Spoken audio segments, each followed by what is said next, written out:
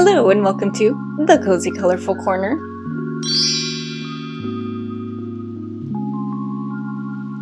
Today I'm making a tiered ruffle skirt. The first time I did it, I made this black one. I find that it's one of my favorite go-to skirts. It has a lot of flair, and because black is one of my neutral colors, I can always pair it with anything. But I really wanted to make one in this really pretty blue floral fabric. It's a really easy pattern and a nice way to add some ruffles into your wardrobe. This is also a great lightweight skirt that you can wear in the spring and summer. If you're a sewing beginner, I highly recommend this project as it is one of the easiest things I think you can make. It's essentially 3 rectangles that's gathered on one side and attached to the other one. This video is also part of my balletcore sewing series. I do teach ballet part-time and I want to make more clothing that will make me feel cute in the studio, but also be able to wear outside with my friends, and the skirt will be a great addition to that. I'll link the playlist down below if you want to see what else I've created. Don't forget to subscribe so your seams never rip. Let's get started! To start, I wash and prep my fabric. I'm modifying the dimensions a bit for my black skirt for science, just to see a different shape. You can pause this video to reread it, but essentially I'm cutting 3 different strips of fabric. First I measure my waist and I'm adding an inch of ease to that. I'm calling this combined measurement W. For the length of strip 1, I'm taking W multiplied by 1.5, the second strip 2.25, and the third strip 3.5. For the width of strip 1, I'm going to give it about 12 inches or 30.5 centimeters. This includes the length that we're going to flip over and sew to encase the elastic for the waistband. Strip 2, I'm going to do 7 inches or 18 centimeters. And for strip 3, I'm making it 8 inches and 20 centimeters. This one is longer because it includes the hem. The elastic I'm using has a width of 2 inches and I'm cutting it to my waist measurement plus the ease. One thing I loved about lightweight woven fabrics is that if you just clip it, you can tear it along the length instead of having to cut out the whole thing. For your pleasure, here is some fabric ripping ASMR.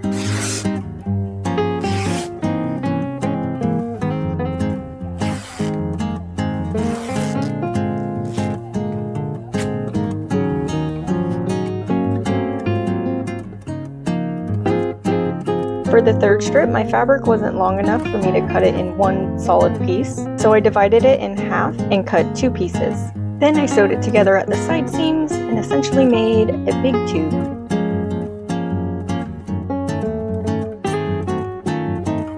Here's all the pieces cut out together. For this project, I'm actually going to start at the hem. It just sounded easier to me. So at the bottom, I folded it a 1/4 inch, pressed it down, folded it another 1/4 inch and pressed that down, and sewed it in place.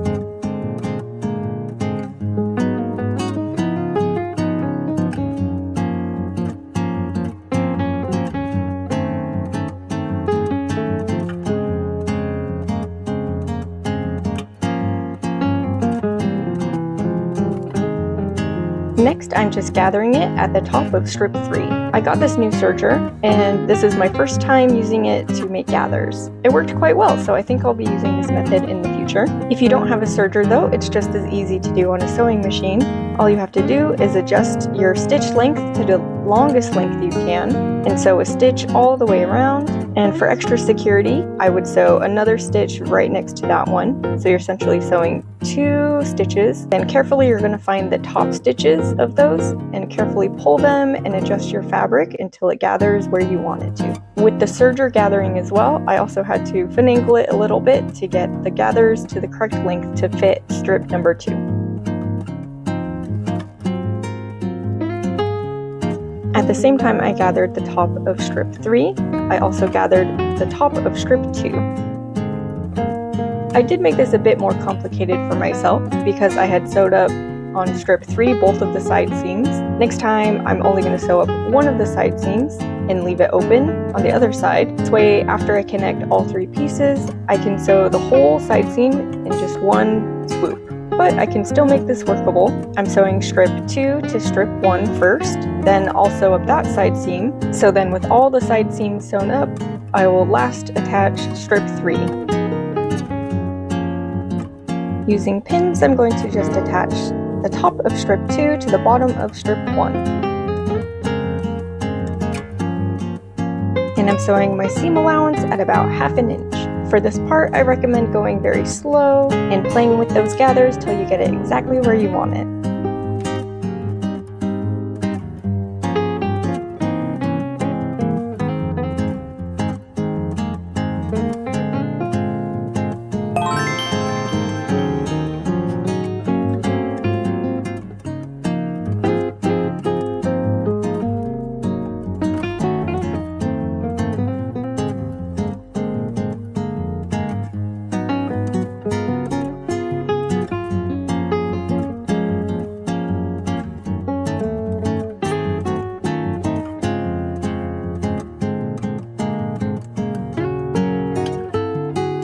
Then to make it lay even flatter and look nice, I'm just going to serge the end as well.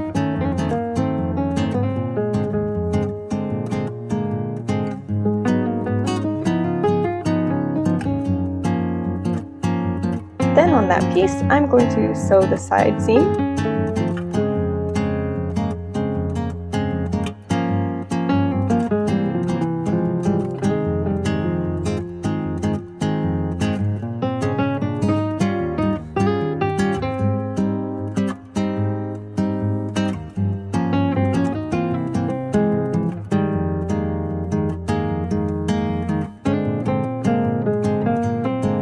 And last, attach strip 3.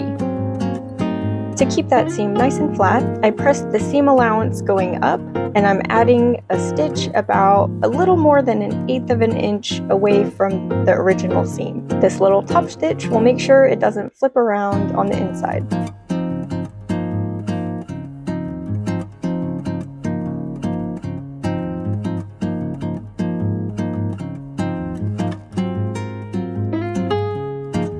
Now the skirt is all connected. All we have left to do is the waistband. To sew the elastic closed, I'm overlapping it just a bit, and I'm doing a zigzag stitch up and down a few times just to secure that.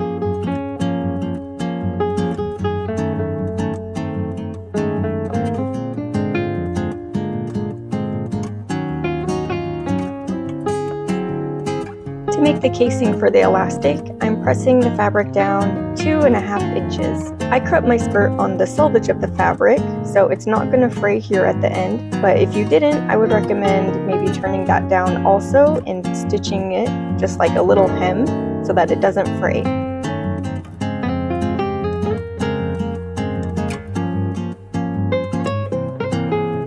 On my sewing machine, I changed the foot to the zipper foot. This way I can get up close to the edge of the elastic.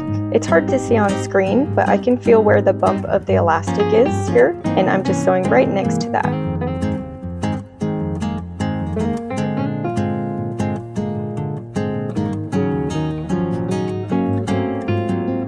To keep the elastic from flipping around in its casing, I'm sewing it down along the side seams.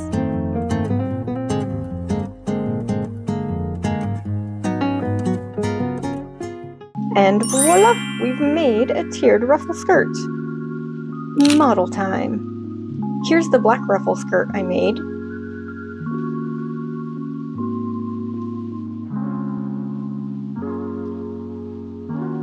And here's the blue floral one. Because I made the strips longer for my black skirt, it's flaring out more from my waist, whereas in the blue floral one, it fits pretty close to my hips and then flares out from the hip.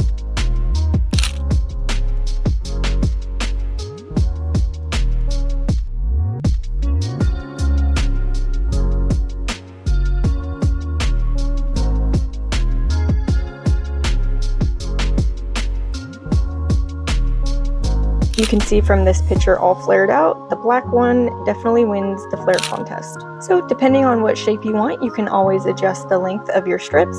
Just depends on what shape you want to end up with. To review this skirt, this definitely has a wonderful twirl factor. I really love the pattern. I've been wanting to use this fabric for quite a while. If you can't tell, I love blue floral. One thing that's different from this skirt to my black ruffle skirt I made in the past, definitely the black skirt has more flare to it. This is because I used longer strips of rectangles. I think I like the flare more, so next time I make this skirt, I'm going to make longer rectangles. Another thing you want to keep in mind though, if you're going to wear a flared skirt, is the wind factor. On more windy days, I'm going to be wearing my less flared skirt, the blue one, but if it's not so windy, I'll wear my black one. I've definitely had times with my black one where I've had to hold it down. But I usually always wear shorts under my skirts, so it's not a huge deal. Leave a comment below telling me which skirt is your favorite. I hope you enjoyed this easy tutorial today. I'll definitely be wearing this piece more when it's hotter outside. Right now you can tell I'm still wearing my leg warmers, my house is still cold, but I still wanted to try it on for you guys. Thanks so much for watching. I had a lot of fun making this project. If you have any ideas for what I should make next, please leave a comment below. Don't forget to subscribe so that your seams never rip, and I'll see you in the next one.